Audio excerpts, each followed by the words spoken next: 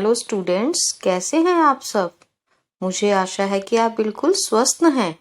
आप कल भी स्वस्थ थे और ईश्वर की कृपा से आने वाले समय में भी स्वस्थ रहेंगे। जो मैंने आपके बारे में कहा कि आज आप स्वस्थ हैं, ये हुआ हमारा वर्तमान काल यानी प्रेजेंट।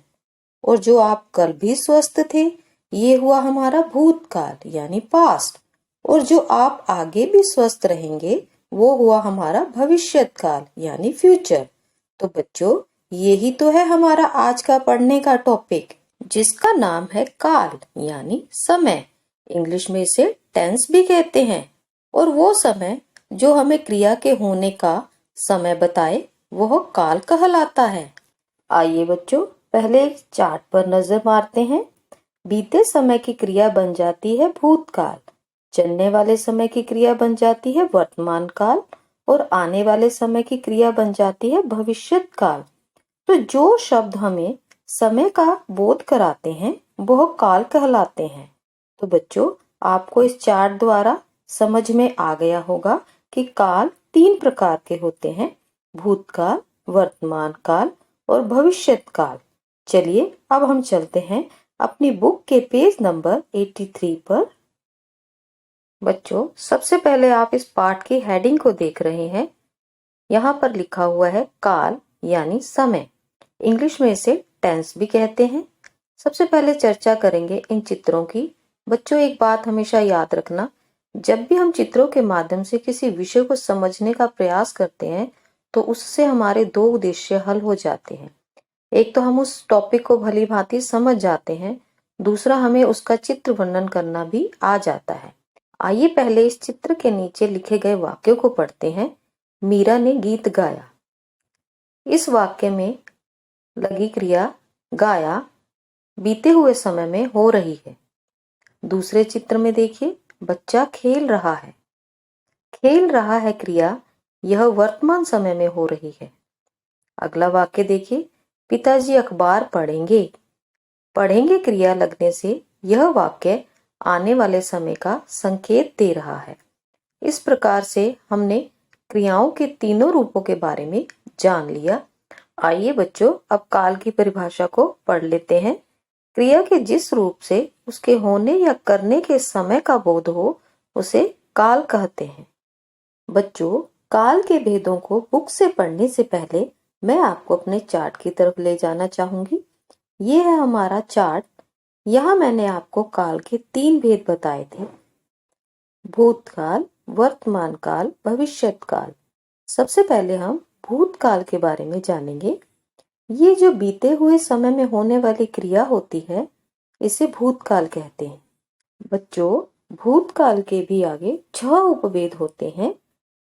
पहला उपभेद देखिए, सामान्य भूतकाल, जिसमें क्रिया साधारण रूप से होती है, जैसे वह गया। इस वाक्य में क्रिया साधारण रूप से हो रही है। दूसरा उपभेद देखिए, आसन्न भूतकाल। आसन्न का अर्थ ही होता है नजदीक, अर्थात जो क्रिया अभी अभी हुई हो, उसे हम आसन्न भूतकाल कहते हैं। जैसे पेंसिल गिर गई है। बच्चों, वाक्य के अंत में लगी क्रिया है को देखकर आपने इसे वर्तमान काल नहीं मान लेना है, क्योंकि है से पहले गिर गई क्रिया शब्द भी लगे हुए हैं। और यह वाक्य पेंसिल गिरने के बाद कहा गया है, इसलिए इसे आसन्न भूतकाल कहते हैं, क्योंकि यह वर्तमान काल के बहुत नजदीक होता है। तीसरा उपभेद देखिए, पूर्ण भूतकाल। पूर्ण शब्द से ही पता चल रहा है कि क्रिया पूर्ण रूप से यानी पूरी तरह समाप्त हो गई है। जैसे वह गया था। था लगाने से क्रिया के पूर्ण होने का पता चल रहा है। अगला अपूर्ण भूतकाल। नाम से ही पता चल रहा है कि क्रिया अभी भी पूरी नहीं हुई है। जैसे वह जा रहा है, यानी अभी जाने की क्रिया चल रही है। अगला संदिग्ध भूतकाल। संदिग्ध मीन्स संदेह, शक। जैसे वाक्य देखिए, वह गया होगा। इस वाक्य में श्योर नहीं है कि वह गया होगा या नहीं, इसलिए संदेह जताया जा रहा है, इसलिए इसे संदिग्ध भूतकाल कहते हैं। अगला हेतु हेतु मद भूतकाल। इसका मतलब हुआ कार्य कारण संबंध, कि ये कार्य क्यों हुआ या इस कार्य को करने का क्या कारण था।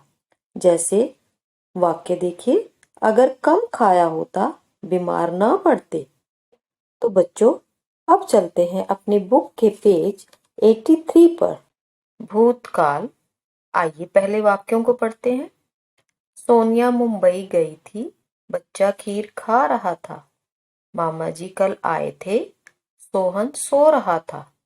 बच्चों इन वाक्यों के अंत में लगी क्रियाएं गई थी, खा रहा था, आए थे तथा सो रहा था द्वारा बोध हो रहा है कि सभी क्रियाएं भूतकाल में हो रही हैं। चलिए बच्चों अब काल के अगले भेद वर्तमान काल के बारे में विस्तार से चर्चा करते हैं।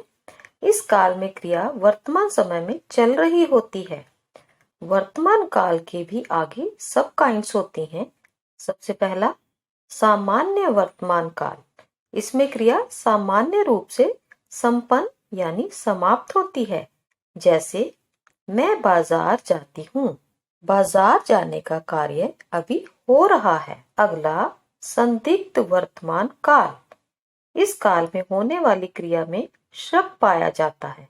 जैसे रेलगाड़ी जाती होगी।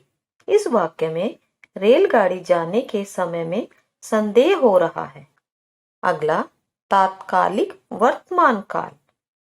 इस काल का दूसरा नाम है अपूर्ण वर्तमान काल। जैसे गाड़ी चल रही है, मतलब अभी गाड़ी चलने का कार्य हो रहा है।